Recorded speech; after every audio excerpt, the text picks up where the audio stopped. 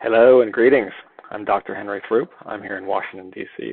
I've just arrived in D.C. after spending the last 3 years in Mumbai, India. And when I was living in India, I gave more than 100 talks across the country, from Mumbai to Delhi to Agra to Thiruvananthapuram to Trichy to Baroda to Kolkata, all over.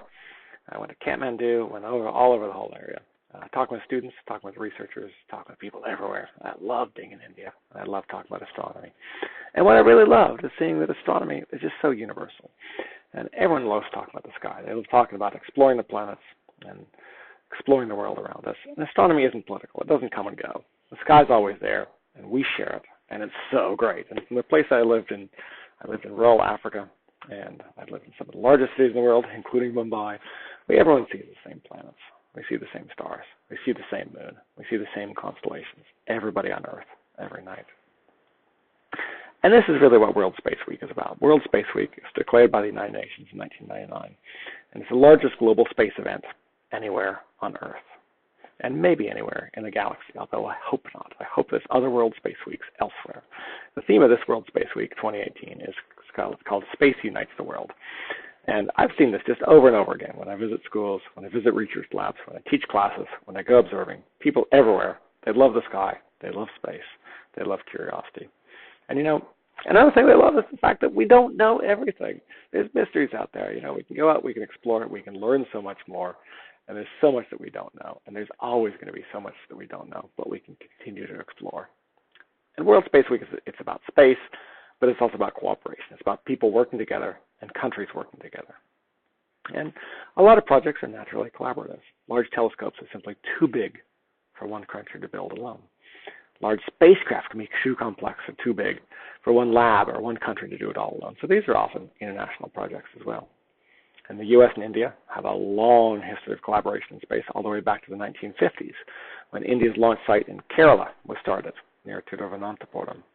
The UN helped fund this. Back then, they launched rockets that were built in the U.S., but they launched them from India.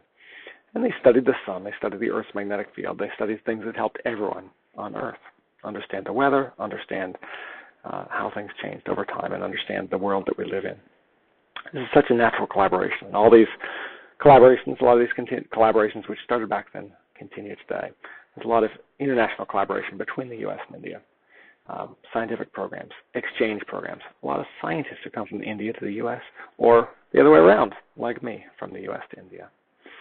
So ISRO and NASA are working together right now on a satellite that will study the Earth's oceans in unprecedented detail. It's going to map the height of the ocean using radar, using the satellite measurement techniques, mapping the height of ocean waves to millimeters.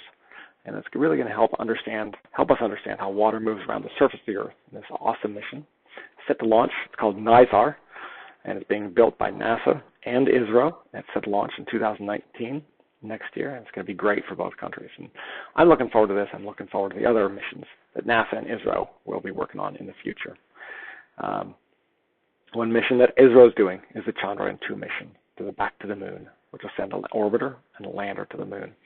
And then NASA and ISRO's mission is to continue beyond this, to go to Mars, go to asteroids, maybe go to Venus, and on and on and on.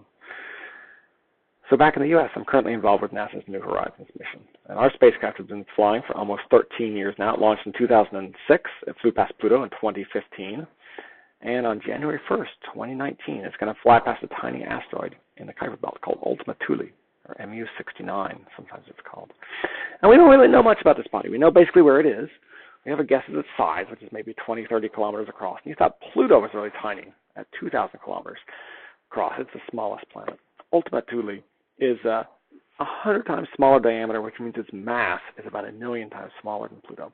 So we've never seen a world like this from the outer solar system up close. We don't know what to expect. Maybe it's going to be old and beat up with lots of craters. Well, that's kind of what we expected Pluto to look like. And but Pluto really surprised us. It had a much younger surface, much fresher surface, kind of like it had been repainted recently. Real weird. And we're still trying to understand what happened there. So we're a few months out from Ultima Thule now. We're getting close. And our team has spent most of the last 2 years planning our encounter. Which images do we take? And where do we point it? And so forth. And this is really tricky, actually. Our target is a lot smaller than Pluto. And it's a lot darker out there. We're further from the sun. And we don't know its position very well. And we're going really fast. And so we have to aim really carefully. We thought Pluto was hard. This is a whole lot harder of an encounter because Ultima Thule is so small. Pointing our cameras, the hardest part is pointing our cameras to get Ultima Thule in the view because we don't really have a good position on it.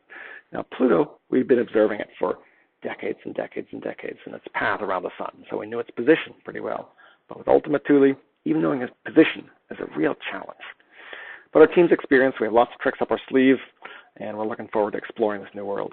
So I encourage you to follow our mission, New Horizons, as it passes through the Kuiper Belt and encounters Ultima Thule on January 1st, 2019. And I encourage you to participate in World Space Week by exploring the universe around you wherever you are.